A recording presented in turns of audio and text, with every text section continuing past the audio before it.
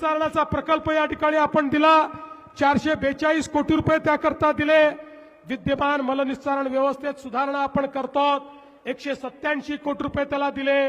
शिवछत्रपती महाराजांचा चौक, रूपा Bhavani Chowk, Indiranagar, Shandar Chowk, Molali Chowk, camp, Sangameshwar college, railway station, Mahatma Gandhi प्राणी संग्रहालय, लिमयवाडी, रामवाडी, विजापूर रोड, आसरा या सगळ्या भागामध्ये मोठ्या प्रमाणात हा विस्तार आपण सुरू केलेला आहे। आणि सोबतच स्ट्रॉम वॉटर ड्रेन करता 99 कोटी रुपये आपण दिले। सोलापूर शहरामध्ये अंतर्गत रस्ते करण्याकरता 227 कोटी रुपये आपण दिले। आणि त्यासोबत माननीय प्रधान भारतीय जनता पार्टीचे अधिकृत चारही उमेदवार स्वतः मी किसन जाधव, माझे सहकारी नगरसेवक नागेश अण्णा गायकवाड यांच्या सौभाग्यवती अंबिकाताई नागेश गायकवाड, युवा सहकारी शिवराज गायकवाड यांच्या सौभाग्यवती चैत्रालीताई गायकवाड, दत्तात्रय नडगिरे असे चारही भारतीय जनता पार्टीचे अधिकृत उमेदवार आम्ही प्रभाग 22 मधून सातत्यानं गेले 6 दिवस झालं होम टू होम प्रचार करीत आहोत। प्रचारात आम्हाला भरघोस असा मतदाराचा उत्स्फूर्त असा प्रतिसाद मिळत आहे। आज हिरणोष्टी परिसरामध्ये आल्यानंतर महर्षी आदी जामुनी महाराज यांना वंदन करून आणि या मोची समाजाचे ज्येष्ठ नेते आदरणीय भंडारे साहेब असतील, आदरणीय करेपण्णा जंगम असतील, जेम्स जंगम साहेब असतील, नागनाथांना कास्तोलकर असतील, युवा सहकारी अर्जुन साळवे असेल आणि सर्व मोची समाज बांधव मोठ्या प्रमाणामध्ये आम्हाला पाठिंबा या ठिकाणी जाहीर करत आहेत। कालच सोलापूर शहरामध्ये राज्याचे तरुण तडफदार मुख्यमंत्री आदरणीय देवेंद्र फडणवीस साहेब हे हरिभाई देवकन प्रशालेच्या मैदानावर सोलापूर महानगरपालिकेच्या प्रचारार्थ आलेले होते आणि आम्ही जो शहरमध्येचे तरुण तडफदार आमदार देवेंद्रदादा कोठे यांच्यावर विश्वास ठेवून भारतीय जनता पार्टीमध्ये प्रवेश केला। जिल्ह्याचे पालकमंत्री आदरणीय जयाभाऊ गोरे साहेबांच्या नेतृत्वावर विश्वास ठेवून आम्ही भारतीय जनता पार्टीमध्ये प्रवेश केला।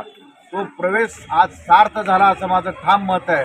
कारण राज्याचे मुख्यमंत्री फडणवीस साहेबांनी तमाम सोलापूर शहराला आल्यानंतर त्यांनी जाहीरपणानं अभिवाचन दिलं।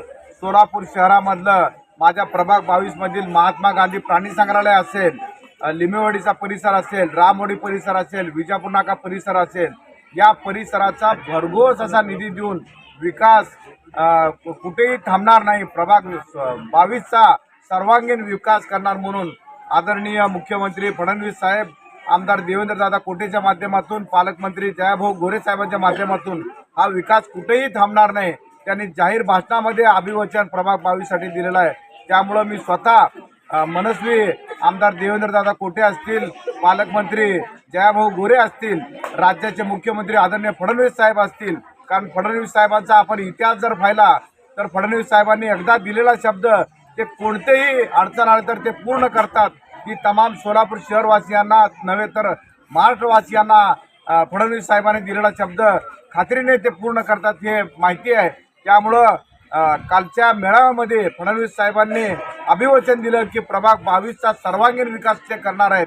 त्यामुळं भारतीय जनता पार्टीचे आम्ही जे चारही उमेदवार आहोत आपण आमच्या कामावर शहरमध्येचे तरुण तडफदार आमदार देवेंद्रदादा कोटेवर, पालकमंत्री जयाभाऊ गोरे साहेबांवर आणि राज्याच्या मुख्यमंत्र्यांनी काल जो अभिवचन दिलेला आहे त्या अभिवचनावर तमाम 22 नंबर प्रभागामधील तमाम सोलापूर शहरवासियांमधील सर्व मतदारांना मी कळकळीची विनंती करतो, मुख्यमंत्री साहेबांनी जाहीर व्यासपीठावर आपल्या प्रभाग 22चा विकास थांबणार नाही आणि भरघोस असा निधी देणार म्हणून त्यांनी जाहीरपणानं जे काल वक्तव्य केलं त्याच्यामुळं मी भारतीय जनता पार्टीचा कार्यकर्ता म्हणून मी मुख्यमंत्री साहेबांचा, पालकमंत्री साहेबांचा आणि युवा आमदार देवेंद्रदादा कोटेंचा मनापासून आभार व्यक्त करतो आणि आपल्या चॅनलच्या माध्यमातून तमाम सोलापूर शहरवासियांना आणि विशेषतः प्रभाग 22 मधील तमाम जनतेला मी आवाहन करू इच्छितो, येत्या 15 तारखेला कमळ या चिन्हावरील जे चारही उमेदवार आहेत सकाळी 7:30 ते सायंकाळी 5:30 पर्यंत आपलं पवित्र असं मत